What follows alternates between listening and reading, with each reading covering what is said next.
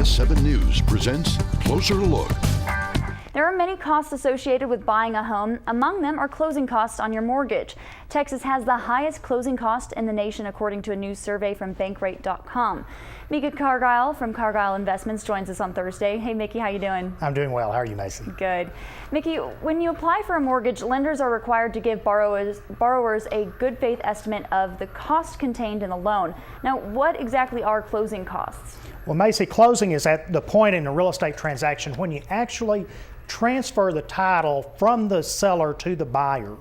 And whenever you do that, there's some cost involved with it. They must be disclosed by the lender on a sheet that's called a good faith estimate. It's a federal form and has to break out all of these costs. Now, among the costs are legal costs, title insurance, recording fees to actually record your documents with the county clerk, the points, which are the price that you pay for lower interest, the cost for a survey, various inspections, appraisals, commissions paid to the various agents in the transaction, and there's also some prepaid expenses that you have to put a pro rata share in, things like HOA fees and taxes. Wow, you never think of those when you just think, hey, I want a new house. Right. But the average closing cost in Texas is $3,046 compared to the national average of about $2,500. Now, why are closing costs 20% higher in Texas? Well, the real estate market is very strong in Texas. The reason these costs are going up, and they're going up nationwide, is simply because of the new regulations that are in place after the crisis we had in 2008. So there is more cost to the lenders in doing this. They're higher in Texas because we can bear the cost. The market is very good right now in Texas. Real estate prices are up, so they can charge us more for these various fees. All right. Now, with prices and costs all so high right now, is it still worthwhile to buy a home?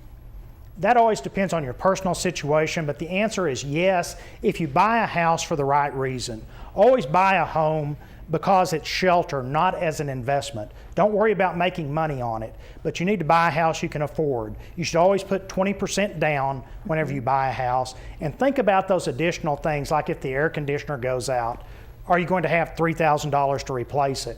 Or the water heater? There's many costs with having a home. Try to keep your total housing cost below 25% of your budget. Okay, and how can buyers keep closing costs under control? Well, Bankrate has some really good ideas for how to do that. The closing costs are negotiable, so they suggest getting proposals on your mortgage from 3 different companies and comparing those good faith estimates. And then you can always go in and negotiate different things. Don't pay points on a new loan when interest rates are as low as they are now. Make sure and just take the interest rate you can get with no points. But do negotiate the other things. Get with your realtor and ask your realtor to help you reduce these costs.